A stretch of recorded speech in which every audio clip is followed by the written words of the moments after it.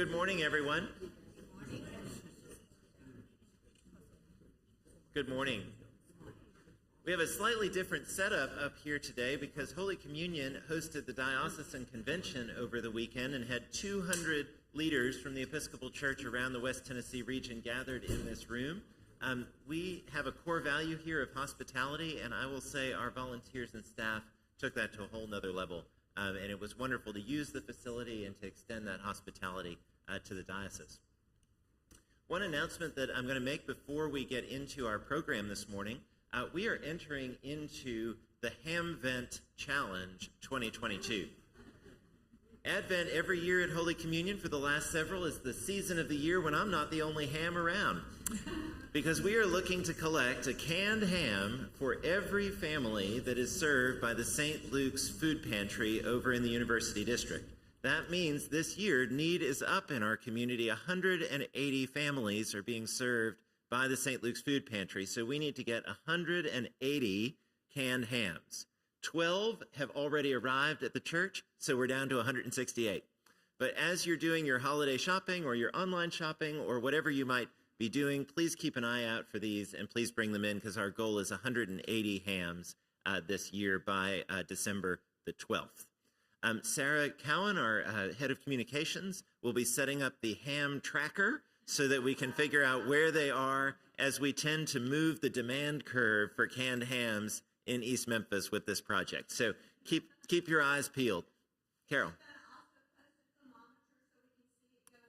She will take that under advisement.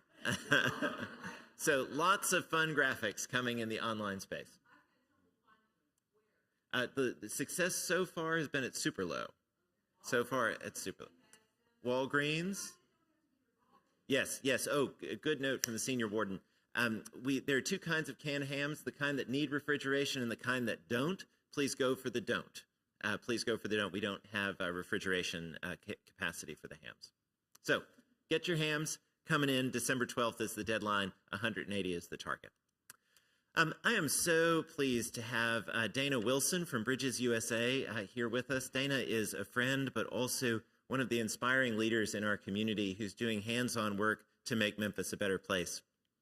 Yesterday, or on Friday at the Diocesan Convention, the diocese announced a major partnership with Bridges and a grant of $150,000 this year to help them as they're re-engaging all of their programs in the post-pandemic space. In 9.5 years at Church of the Holy Communion, Bridges is the only organization that I've given the forum to have an outside organization with us, and it's because of the work that they do in youth development that Dana will be speaking about in just a moment. When Hester Mathis was on our staff the last time that Bridges came to be, she said that sending her kids to the Bridge Builders program was one of the most important parenting decisions that she made, and it was that level of importance to her as a parent and also as a Bridge Builder alumna herself. So Dana, it is so good to have you with us, and this is a wonderful program, and thank you all for being here today. Dana, welcome to Holy Communion.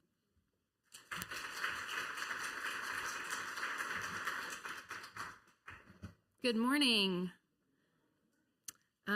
First of all, I just want to express my sincere gratitude to Jessica and Sandy because my journey here kind of started with a dinner that we had almost a year ago where I expressed my concern for how Bridges would possibly celebrate our centennial anniversary, which is this year in 2022.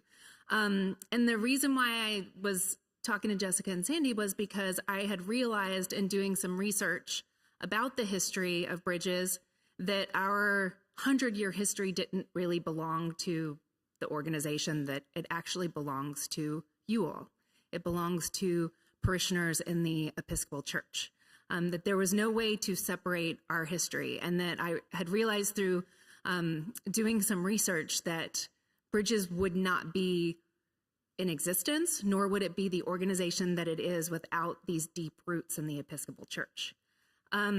So I just want to thank Sandy and Jessica for indulging that dinner conversation and becoming partners and figuring out what our centennial year would look like.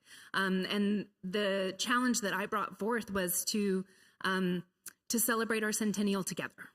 And what I realized in doing that work was that we had to re-engage in our story, our collective history, because I kept meeting with people and no one knew the history of bridges. We'd lost it. And so that's kind of where I want to start today. I want to start by talking about where bridges came from, and so that each of you can see that you are a part of our story. I also want to share gratitude to Bishop Phoebe and the Church Home Trust, because we did just get this $150,000 gift, which will help our organization rebuild relationships and rebuild our program in the post-pandemic era. We are going and strong. However, because of all of the disruption and all of the changes in schools, it has been a challenge to re-engage all of our partners. And as you'll see in my presentation, the work of Bridges is all about bringing people together from across the community. And so those partnerships are crucial to what we do. I also want to start with a small disclaimer about this. I am not a historian, nor am I an Episcopalian. In fact, I'm a Jew. And I am a first-generation Memphian, so a lot of this history is history from before my family even got here. But I really love a good story, and especially a story that helps me understand myself and my community. And I think that that is the story I'm here to share with you all. Now, I will also say that I have some pretty significant street cred in the Episcopal Church too, because I went to Grace St. Luke's and St. Mary's. So, I mean, I can say the Apostles' Creed. I know the Lord's Prayer. I am there. Lots of chapel services. In fact, I think that my Episcopal education hours exceed my Jewish education hours significantly. But I do want to share this story. Where are we? Oh, there we go. I do want to share this story. This is what I've come to call our forgotten history, our forgotten story. And it all starts back in 1922. This is a generation after the yellow fever epidemics that decimated the city of Memphis. It's also, think about, on the heels of the First World War and the Spanish flu pandemic that had ravaged the entire globe, not kind of super dissimilar to the time we're living in today. And it was a height of the Jim Crow era and across the South, and it was a time of great change and challenge for the city of Memphis. And based on a model that was developed by the church, Trinity Church of Wall Street, women of Calvary and St. Mary's formed what was called the Church Mission of Help. And the Church Mission of Help was designed to support young, unmarried mothers to help them find pre- and postnatal care and housing and jobs. The first woman who led this was named Teresa de Birmingham, and she came down from New York City to Memphis to work for this mission. She was perhaps the first professionally trained and employed social worker to arrive in our city. So if you think about it, this is the beginning of what we might consider like formal coordinated social services in the Memphis region. This is an insignificant first. Shortly after that, Agnes Wells Grabeau arrived, and she became the executive secretary of the Church Mission of Help, and she served from 1925 to 1961. That is a long tenure. And imagine a woman being the head of a program, right? A paid professional social worker leading a formal program out of what I've come to understand it was out of the basement of St. Mary's Cathedral. But she ran the program, and it was staffed and supported by volunteers from both of these churches originally. So you had coordinated services from a social worker and wraparound services by women who were going from house to house, door to door, engaging with families, finding out what their needs were, helping connecting them to a whole host of services, and when there really wasn't any sort of government services or other coordinated services available. So this was really innovative work, right? And the work actually was happening primarily in what was called the Greenlaw neighborhood, which is uptown, which is where the Bridges Center is located today. But in the 1920s, that was a racially integrated and diverse neighborhood. It was home to lots of immigrants. It was home to Black and white working class families. And Nancy Fulmer of blessed memory, she actually had shared with Jim Boyd years ago that she had memories as a child going door to door with her mother and talking to family members. So this history is a part of our community. And in the early years, out of that basement, and I remember reading in some of our old notes from early board meetings that the board actually met in the crypt, which I don't know, that seems kind of wild to me. But they were activating all of these volunteers and introducing this way in which those with means and affluence in our city could really engage in transforming the lives of families who they otherwise wouldn't interact with. And that's really part of the through line for me, for Bridges. It's really about connecting people who have very different life experiences in ways that are humbling and powerful. So in the early days, there were 6 local churches that contributed to the expansion of the program. It started really small and it grew pretty quickly. And those were, besides Calvary and St. Mary's, Grace Church, Holy Trinity, St. Luke's, and St. John's. But then from the 1930s to the 1960s, even more churches joined in providing volunteers and financial support to this mission. And those churches included Good Shepherd, Holy Trinity, St. George's, St. Andrew's, All Saints, St. Anne's, Emmanuel Church, Holy Communion, St. Elizabeth, Christ Church, St. Paul, St. James, Otay Chapel, and then the newly merged Grace St. Luke's churches. So I just share all of that to say, like, this was not one church community taking on this work. It truly was across the diocese of West Tennessee, across these churches in Memphis, that the activation of volunteers and resources became a part of the vital social services of the city at the time. So in 1947, the mission is growing. They're hiring more professional social workers and serving more areas across the city. And they changed the name to Youth Service in Memphis. And they expand the mission to serve boys and young men as well as girls. And they adopt a program model that also includes vocational training and counseling. So this is kind of the very early introduction of what we would end up thinking about youth development, right? Like helping young people think about what comes next and what are your skills and what are you good at and what are you passionate about and how can we connect you to those areas. And in 1956, under board leadership of the very Reverend William Sanders of St. Mary's, the work really exploded across the city, and they started serving youth from Black and white communities. So this was at this time, and as they started to expand that mission, they realized they needed to expand their staff and that it would be more powerful to have a staff that reflected the communities they served in. And so by the early 1960s, they integrated their staff, when it was the first nonprofit in Memphis to have a racially integrated staff. So this is another really important first. And around 1962 is when Youth Service, recruited Father Don Mowry, who many of you may know or have known or heard of. He came from Nashville to work for this mission. And they really started at that time to focus on what were deemed kind of hard to reach youth. I always put that in quotes because when we say hard to reach youth, we sometimes think that it's about the young person, like something going on in their personality. But I will say those were also the youth who almost entirely lived in public housing. So it wasn't, their hard to reachness was most likely more related to their economic marginalization and their experience of living in poverty than it was about them being truly hard to reach. That's my opinion.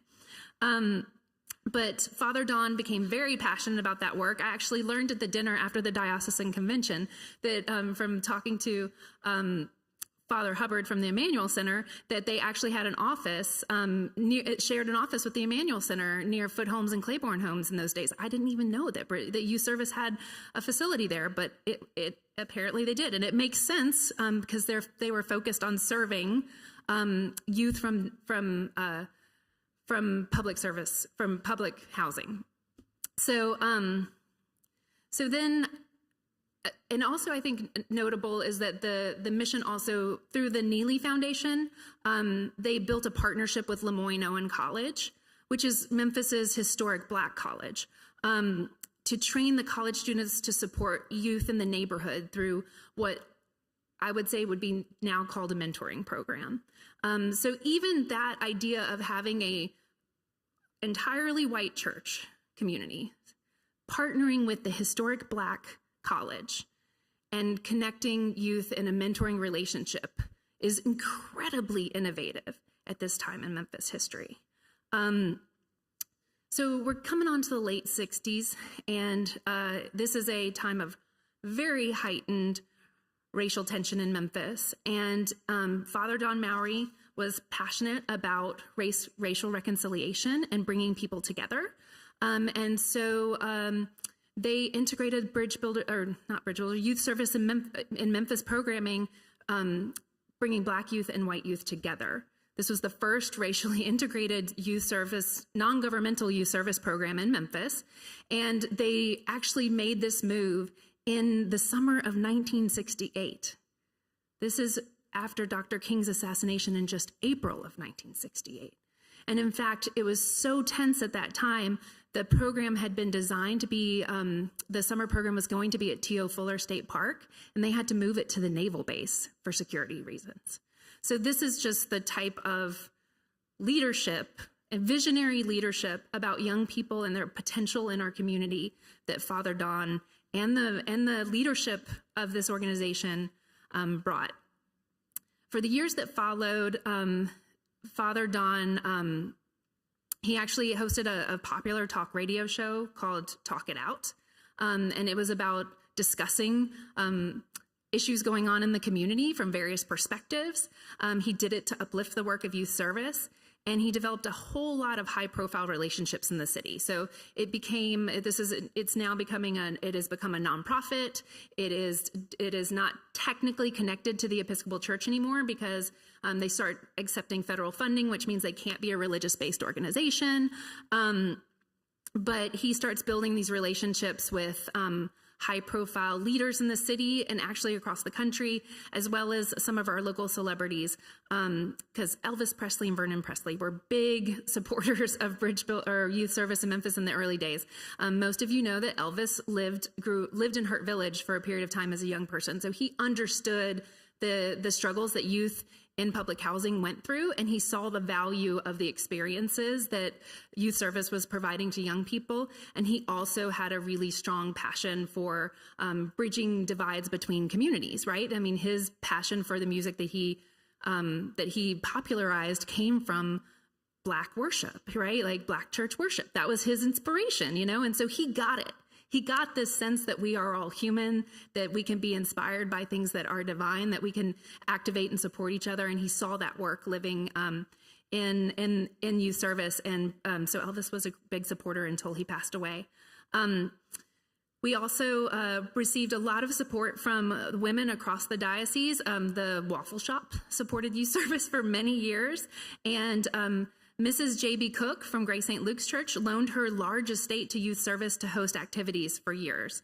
Also, the Teen Center at St. Mary's, which was a very popular teen program back in the day, was run by youth service staff. So the church and youth service stay connected, but the work keeps just expanding and growing.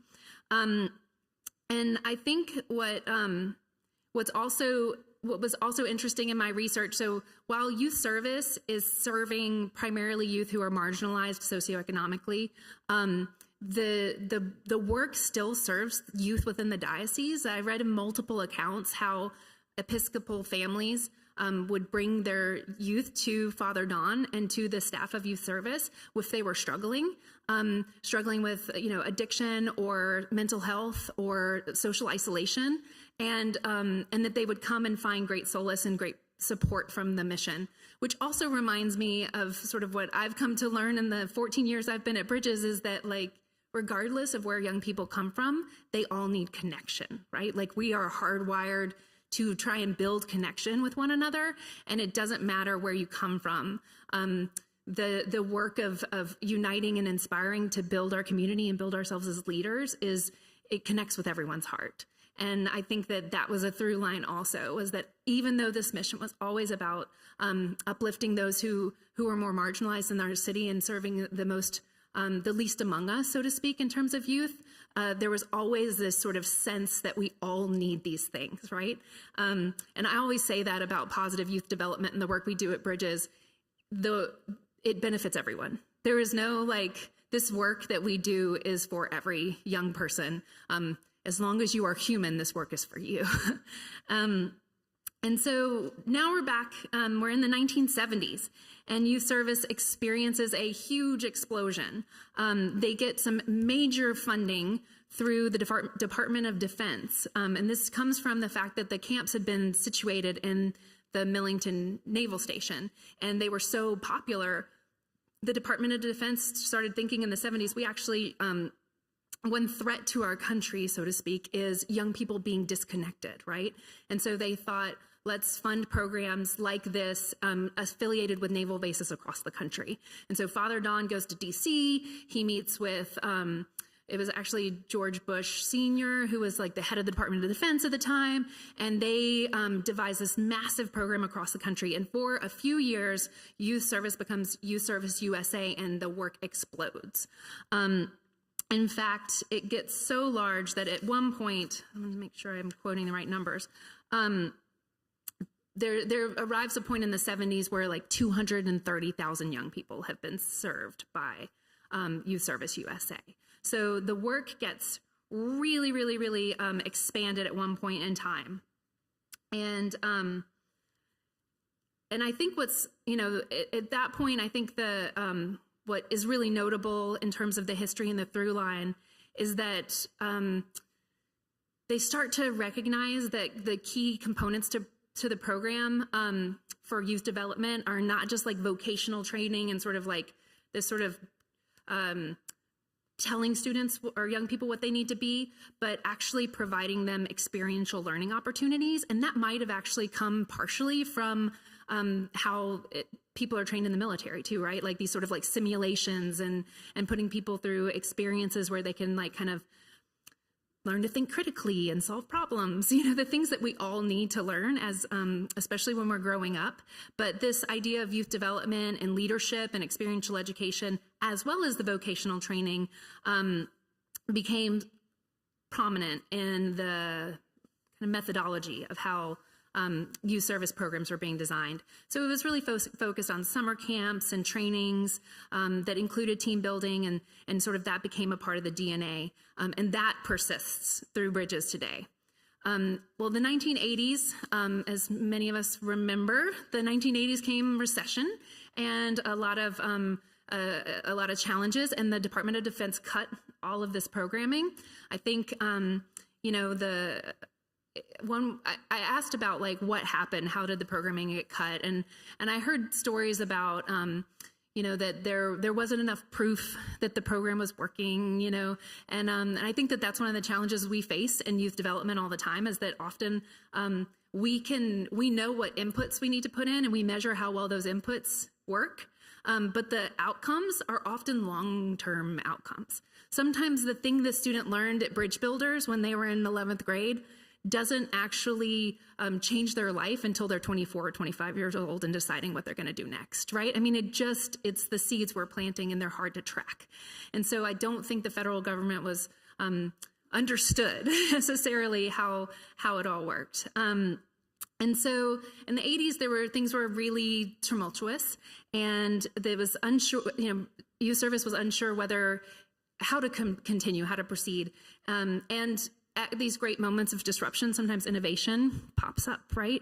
And Rebecca Webb Wilson got connected with Father Don through Mayor Morris at the time. She was a U.S. attorney, and she had been, the mayor had actually led a number of tours of the city trying to get public officials to see kind of what were the challenges the city was facing. And she grew up in Jackson, Tennessee, and she did not understand what youth living in poverty experienced. And so when she started to see the issues that we were facing as a city, she started to think about her own kids, because she had 4 children at Briarcrest school at the time, and Briarcrest was an all-white school. It was all of the students lived basically in the area where the school was and experienced the same things. And she thought to herself, wow, I am learning about all of this right now, and I'm 35 years old, and I'm now a leader of this community. My kids and the kids in this community deserve better. They don't need to be 35 years old realizing how the other half lives. They need to understand what it means to be a Memphian in a broader sense. And so she went to Father Don and pitched this idea of, what if we brought youth together from different backgrounds and trained them all to be leaders together? And so that's how Bridge Builders started. There were 20 students from Briarcrest High School and 20 students from Northside High School. And it was, the parents from both students at the schools were excited. It's interesting that the professionals were more scared than the students and the parents. And I remember I had lunch with Becky, and I asked her kind of like, tell me some stories about those early days. What was it like? And she said, well, we hired these folks from the University of Memphis, from the education department. And we were explaining to them that we were going to do this experiential education where young people were going to be like lifting each other over walls and like falling into each other's arms and like doing these like really complicated challenges where they'd have to like touch each other, and be around each other in close proximity. And some of the educators were like, that is not going to work. Those young people are not going to want to touch each other. This is too much, too fast. And I think that Becky and Father Don's wisdom knew better, and they didn't listen. And so they went ahead and did what they did. And of course, we know what happened, right? These young people were, not only did they engage in those activities together, some of those students who went through the first years of Bridge Builders are still friends today in their late 40s, right? So they built relationships of deep connection that have lasted a lifetime. And so those were the early days and how Bridge Builders got started. And then I want to share, because some of you probably participated in some ways in this work, but in 1996, Father Don Mowry retired, and the Reverend Jim Boyd took over as the leader of Bridges.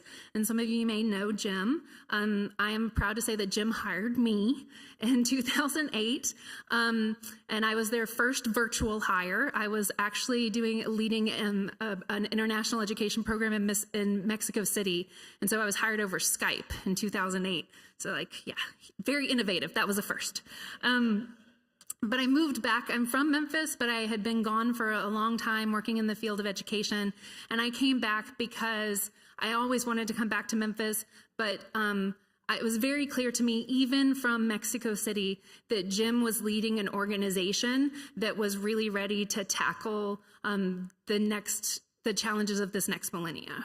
And that they had built the Jim Boyd Bridges Center in 2004. It was a capital campaign that Becky Webb Wilson led, and they raised, I want to say it was like an $8 or $10 million campaign, which blows my mind today, because if you've been to the Jim Boyd Bridges Center, it's 55,000 square feet. It is an amazing building. If you look at it, you will swear that it was built yesterday. It is so weird and funky and cool.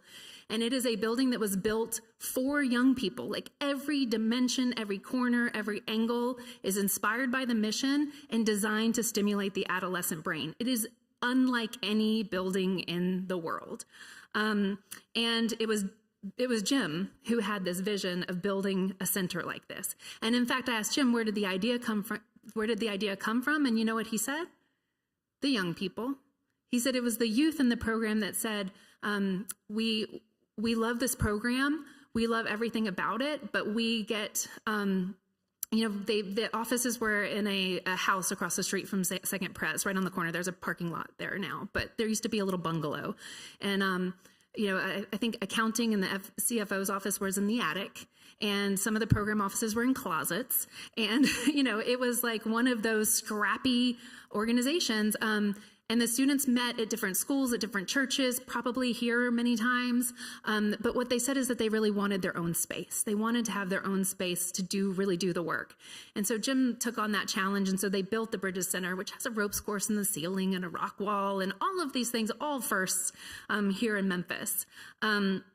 And so Jim, with the support of the board and much of the community, builds the Bridges Center. Over the years, the program has been led, Bridge Builders has been led by many phenomenal leaders from, and most of whom had some connection to the Episcopal Church, like Bill Snodgrass, Robbie McQuiston, and others. And so in 2011, Jim steps down. And Cynthia Ham joined as the leadership of Bridges, and she helped secure a $20 million endowment, which allowed us to expand our programs even further. So, so the endowment campaign really allowed us to create what we call Bridge Builders 2.0, which we're really kind of almost a 3.0 at this point. But I'm actually going to pivot and start talking a little bit more about what Bridge Builders does today, because I hope that I have inspired you all to be at least a little bit curious about what we're up to. And I hope that you realize that, like, as I start sharing more and more of what we're doing, that each and every one of you have a connection to the work that we do today because you are a part of this faith community. So I'm going to pause, and I'm actually going to, Kyle's in the closet, he might need to come out. But I am going to pause and share a video. And the reason why I want to do this is that I think the students and the teachers and the parents who work with Bridge Builders speak volumes about the program, and it's more than I could ever say. So I'm going to let them talk about the experience of being a bridge builder right now, and then I'll come back and kind of explain the nuts and bolts of how it works so that you'll know what you need to know by the end. So I'm going to switch over the video.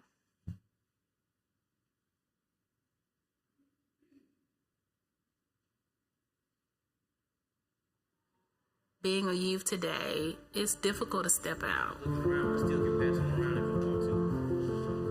It's difficult to be different. It's difficult not to be with the crowd. A lot of the students feel like, well, if I have a voice, if I actually explain how I'm feeling, then I'm going to be different from the majority. As a counselor, I was in a middle school by myself. I have 354 kids, and I needed something to help them build those soft skills, like something to help them kind of see the world beyond just our middle school. Bridge Builders gives the kids those tools. It's a program that looks to bridge the gap, regardless of where you come from, what you look like, your background. Bridge Builders challenges me to dig deeper, to ask hard questions, even if it's uncomfortable. And more importantly, it challenges me to take a step back and to listen to the answers to that question. I look back on when I was like a little 7th grader. Yeah, I'm always nervous when I have to meet new people because I don't know if they're gonna like me or not, or what's gonna happen. Like, I grew up in a bubble, went to like a small little private school. I didn't know anything. Like, literally, I'm looking back on it, I knew nothing. And I feel like this program enlightened me to so many of like the important issues that there are in the world. And then they relate that to our community. And the program teaches teenagers how to be the change and how to make their community and their world better. That's something that people don't really talk about. They like to talk about the fun stuff, but that's definitely there too. And it is a lot of fun, and you are going to love it, but there's also a lot of deeper moments and deeper understandings and ways to connect with people that you've never met before and probably would have never otherwise met. Kids want to leave a mark. That's what I've noticed. You know, they want to have footprints. So any opportunity that you can offer them to have a footprint, they're like, okay, you know, I can get my name in the history books by doing this. So coming in, I was expecting to learn how to be a better person as far as socializing with people who are different cultures, different race, ethnicities. And I feel like I'm a really introverted person, still slightly am. So I feel like I benefited from this program by being able to open up more, being outspoken, coming out of my shell, stepping out my comfort zone, and just getting comfortable with being uncomfortable. I was seeing my timid children that I teach every day come out of these shells, and they would come back at the summer conference, and they would incorporate all of these ideas around our school. Those same students, I've seen them do different things in high school. They participate in things with the Civil Rights Museum, and it makes me feel proud that, you know, it started out with a student who was afraid to speak in public, you know, not really a public speaker, or just a student who wanted to be in front of people, that are now in a leadership role. Them being able to communicate well with others, work on a team, that's going to be very, very, very important for them in the coming years.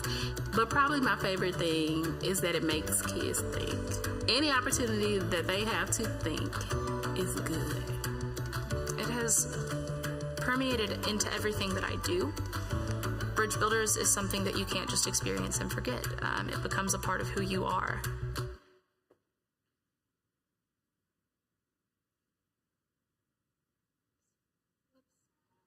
Being a youth today, it's difficult to step. Sorry about that. All right. So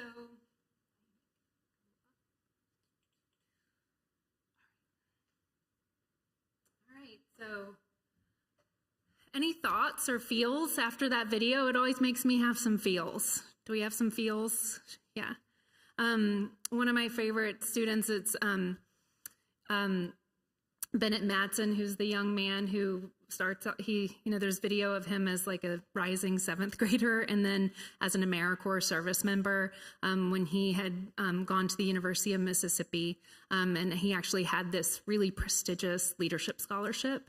And when he reached out to us and said, I want to come back and do AmeriCorps service and work at Bridges, he said, I wouldn't have this scholarship or be having the experience I'm having now if I hadn't showed up and done Bridge Builders all these years. So this was my journey, and it was time for me to give back. And so that's why I want to share some of the program overview information with you all. And I'll say this from the get-go, I'm going to talk about ways that you can be involved in the next steps, but I want to just say the invitation is for all of us to be connected with Bridges in some way. And first and foremost, that starts with thinking about all of the young people in your life. So that might be neighbors, nieces, grandchildren, children who could either be program participants or maybe AmeriCorps service members, and even working at Bridges. It's an amazing place. So I just the invitation is for all of you to connect. The mission of Bridges today, so I shared a lot of our history, but the mission of Bridges today is to unite and inspire diverse young people to become confident and courageous leaders who are committed to community transformation. That's a mouthful, but that's really 3 things. We intentionally bring together youth from different backgrounds. We help them explore what it means to be a leader, which for us, we think about 21st century leadership skills, so critical thinking, collaboration, communication. And then we are training them to be leaders, not necessarily to take over the next Fortune 500 company, although if they do that, that's cool. We really want them to be exploring what does it mean to be a citizen of the city of Memphis or the greater Memphis community. What does it mean to be committed and connected to your hometown? We know a lot of our students will probably go away for college or go away to serve in the military. I mean, they do all sorts of things. Some of them might go to clown school. I don't know. It's all good. But those students, we want them to have a deep connection to the city of Memphis. We want them to have a sense of purpose and a sense of connection. And so we know that when we do this work of training young people to be leaders, but we also expose them to the true challenges that we're facing as a community, and we give them tools and resources to engage in those problems and work alongside folks who are working overtime to solve those problems, that we can kind of overcome the story that I grew up with as a student who I went to Grace St. Luke's and St. Mary's, and then I graduated from White Station down the street. But I finished high school and I was like, I want to get out of here, right? Like I was like, I got to get out of Memphis. And the students at Bridges, they may be going off to do other things, but they all love Memphis, right? That is a part of it, is like love the place you know.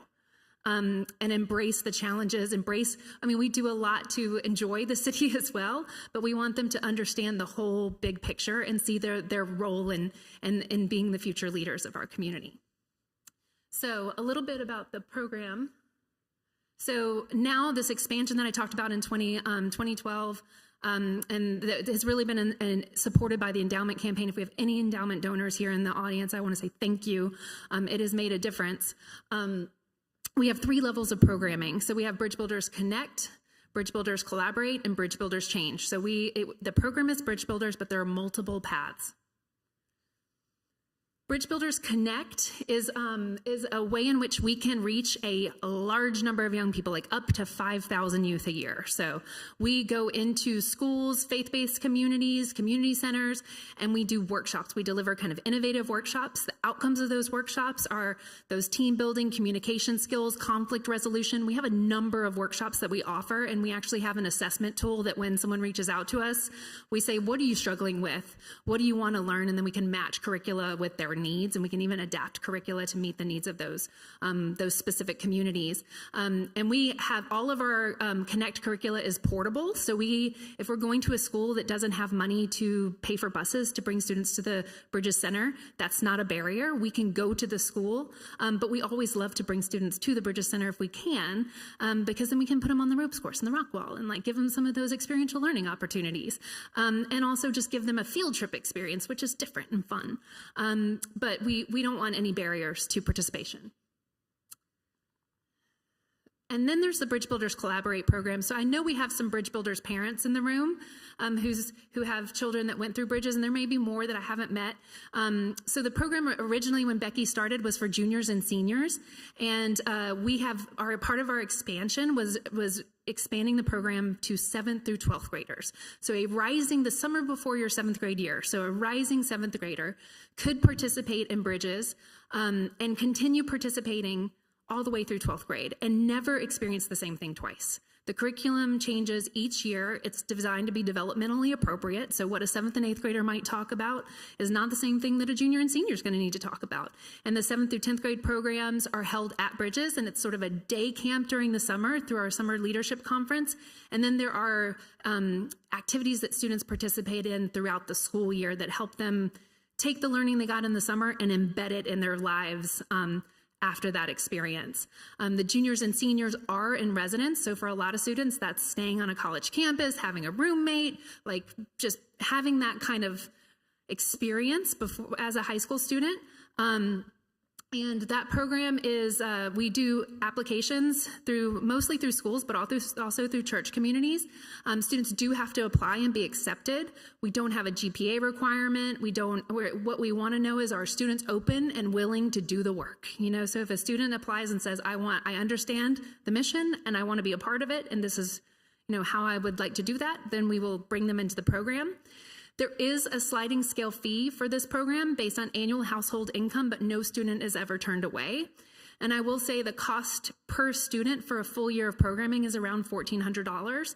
But even at the highest end, for the highest income bracket, students aren't paying more than $600. So we have to raise the rest of the money. And over half of the students in our program are low income, so they're paying a much, much, much reduced fee. And we do have families that come through, and they're, I used to be the one who handled at our orientation students, families that were having struggles with paying the fee. So we will help any family. Sometimes it's a family who has 3 students that they want to put in the program, and the fee is just like too much, too fast. Or I've dealt with families that are experiencing a health crisis in the family, and so that's created a financial hardship in the moment, or a fire. We have seen it all. Our commitment is that any student who wants to be a part of Bridges can participate. And so that's how we do it. And then there's the last level of Bridge Builders, which we call Bridge Builders Change. And that is a fellowship program. So the students that participate in Bridge Builders Change actually are kind of on staff at Bridges. They are paid. And the reason why we pay them is partially because they're doing real work, and we believe in compensating people when they do real work. And part of it is we don't want the amount of time commitment that this requires to be a barrier to a student who otherwise might need to have a part-time job to support themselves. But the students in this level of programming go through an intensive institute at the end of the summer, and then they work at Bridges 6 to 9 hours a week, and they are leading initiatives in the community. they are actually doing the hard work of figuring out what it means to create social change. And then their work is a way in which we can engage more of the bridge builders in larger conversations about the struggles young people are having. So in this group of students, we see youth doing what's called participatory action research. So that's young people going out and collecting data and presenting data to local officials, having conversations about what's affecting young people in the community, and really challenging adults to think differently. And this is a really exciting part of our work. Mario, my colleague, often says, these are the young people that are trying to take our jobs, because they're the youth that instead of doing like theater or football, they're like, I want to do bridge builders all the time, you know? And so we were hearing that, and so we decided to create a program that actually allowed them to do it. So that's that level. And then we also have AmeriCorps service. So I mentioned Bennett, the student who came back after all of those years of being a bridge builder. This is one of the things that I think is really also special about Bridges, is that those summer experiences are facilitated experiences. So we have a curriculum, but the students are all they're in a group of maybe 10 to 15 youth. They don't know each other when they show up. They're different schools, different backgrounds, and there are usually 2 to 3 facilitators that are leading that group experience. And those facilitators are usually alum of the program, not always, but often, and they are serving as AmeriCorps members. So it's a pretty distinguished opportunity. They get a living stipend that allows them to sort of pay the rent, so to speak. And then they at the end of their service term, they qualify for a scholarship, an education award, which they can apply to college or graduate school, which is pretty amazing. We also have 6 full-time AmeriCorps members that serve alongside our Bridges staff. And so that's an opportunity for young folks who are looking for that gap year experience. Maybe they just finished their undergrad. They're not really sure what they want to do next, but they can do this sort of programmatic experience with Bridges for 1 year. And they work for the program, but they also, we provide them a lot of development for their career.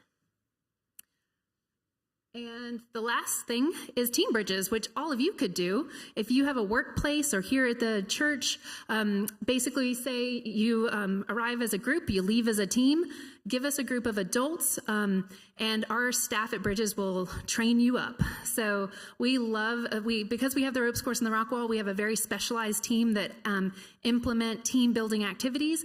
And during the day when our students are at school, we do that for just about anyone for a fee. And that supports everything else we do. So the last thing,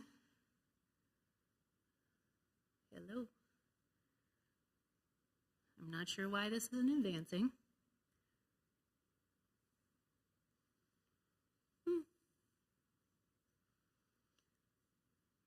I don't know what's going on there. The last thing I was going to say was just how can you be involved? So one, I'm thinking the first and foremost is help us connect with young people. Do you know a young person? Is there someone in your life who should be a part of this program? That is absolutely the most important way you can support us. Also, do you know a group of adults or a young adult who should be a service member, or a group of adults who might need some team building? We would love to work with you. And then lastly, always we do have an annual campaign that we raise about $1.2 million a year to support the work of Bridges on an ongoing basis. So if you want to sponsor a bridge builder, we would not be sad about that. We would love it. And so, that's all I have in terms of information, but I would be happy to answer any questions.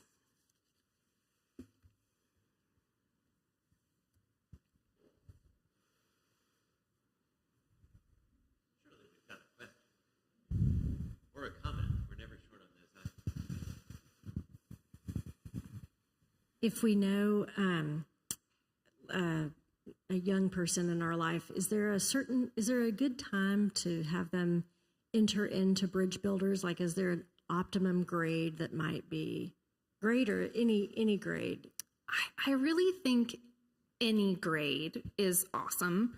I do think that if you're really struggling and you're trying to figure out, maybe we have less options, the summer of 10th grade, the rising junior year, I think it is the curriculum that I think goes back to the 1980s the most. It's the, you saw the young person like falling off the ladder into other people's arms. It is the theme of that curriculum is exploring difference, and the relationships that get built during that time. And because students are 15, 16, 17, it's a really kind of critical, who am I going to be moment. And I do think that entry point at that time can be really powerful. I think that it gets really hard if you wait till your senior year. Not because the curriculum isn't awesome. I just think seniors are really busy and have a lot of pressure on them. And so often they're checking boxes by that time, they're just trying to get everything done. And I think catching students a little bit earlier is better. But the 7th and 8th grade curriculum is really about environmental justice and the environment. And, the younger students don't have as much abstract thinking developed yet. So doing things that they can get their hands dirty and really see physically in the community is a really powerful way to kind of introduce them to concepts of justice and fairness in community. And then 9th and 10th grade is really about educational leadership. And I think that one is really powerful because a lot of times when we're thinking about coaching our young people, we start thinking about college apps like the summer before your junior year. And we're like, what leadership are you going to take on? What are you going to do in your community? How are you going to get engaged and like build your resume? If they've come through Bridge Builders, their 9th and 10th grade year, they've been having that conversation for 2 years. So they've had a lot of time to talk to their peers and think about what they're passionate about. And so I really think it's kind of like every stage has its place. But I do think that I always tell families, like, don't miss that summer before your junior year experience. Other questions?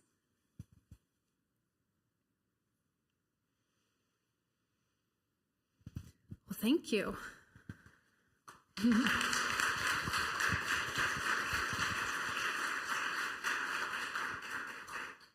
Dana, thank you so much for being with us and taking your weekend morning to be here.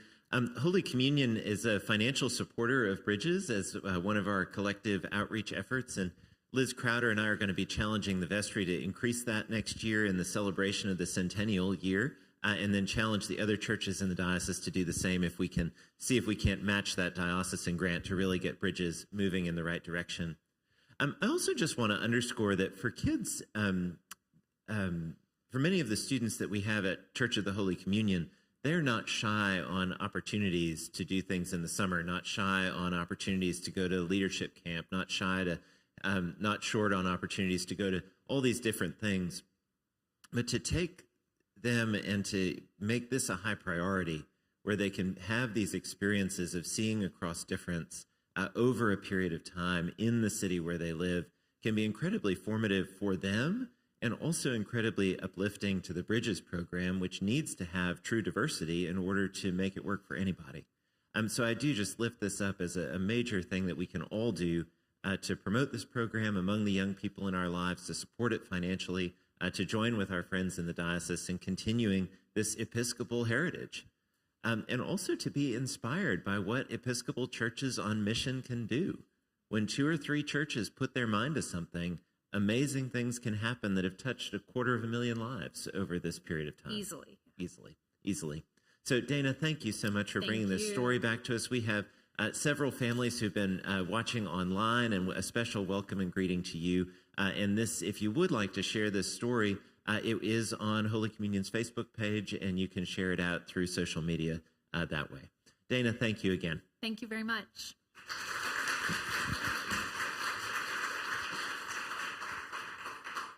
Church starts in about 15 minutes, both in person and online. Those of you online, the stream is going to cut, and then it'll restart for church. Those of you in person, the church is right there. See you all in a few minutes.